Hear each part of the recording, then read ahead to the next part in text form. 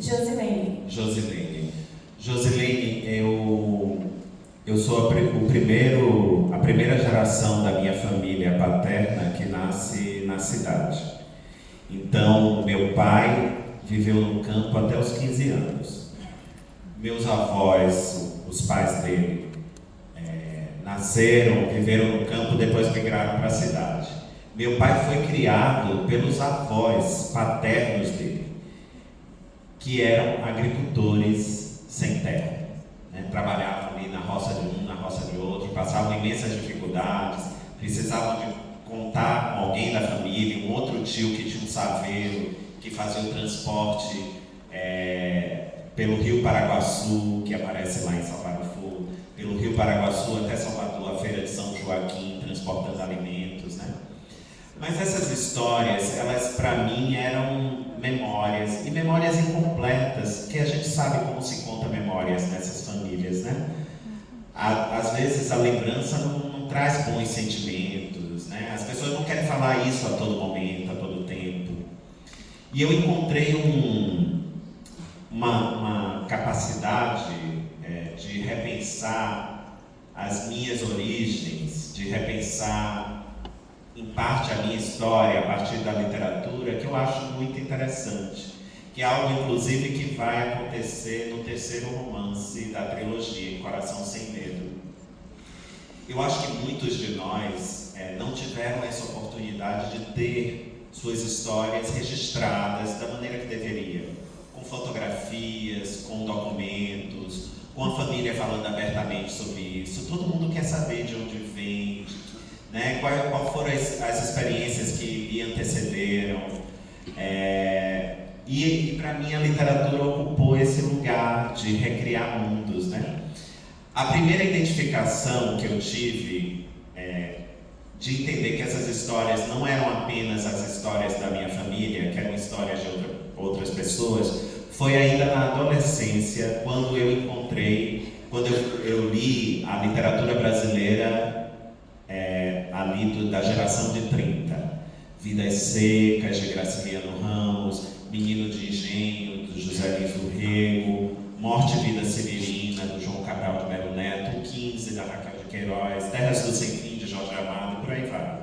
Ali eu encontrei alguma identificação. Se minha família não conseguia contar a história da maneira que eu gostaria de conhecer, essa literatura me permitiu imaginar um pouco dessas histórias também. E depois estar desse lado, como criador, também eu tenho uma certa liberdade para imaginar tudo aquilo. Mas nada dessa experiência, nem tudo nessa experiência é apenas imaginação. Nem tudo que está na história é apenas imaginação. Eu me formei, eu sou geógrafo de formação.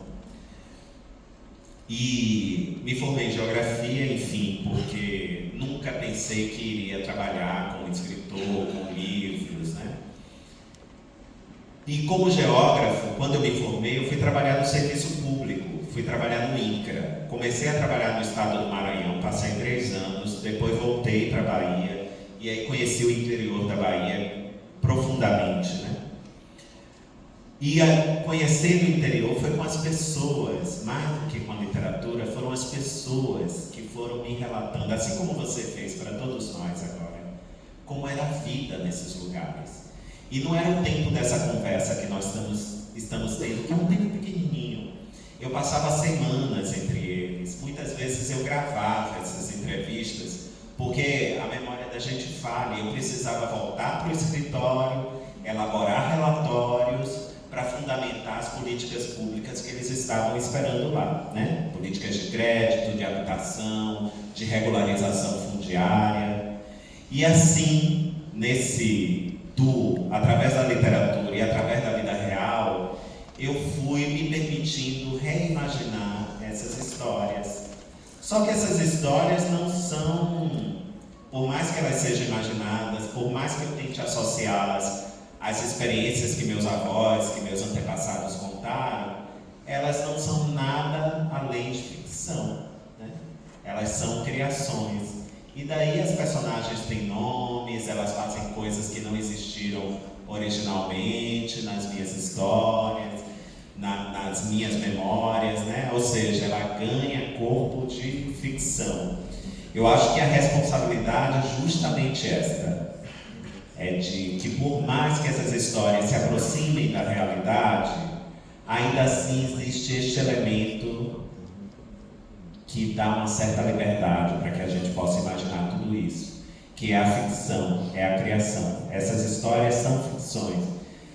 Independente delas reverberarem em você, em mim, muitos de nós, porque se não viveu essa experiência que você viveu, tem alguém na família, no passado, que viveu isso, e essa história de alguma maneira lhe marcou. Eu acho que é isso, a responsabilidade está justamente aí. E até de não, como você bem trouxe, não abordar essas histórias pela energia trágica da escassez, né? Pelo contrário, é lembrar, nos recordar de que apesar de tudo aquilo, a vida continuou, senão não estaríamos aqui.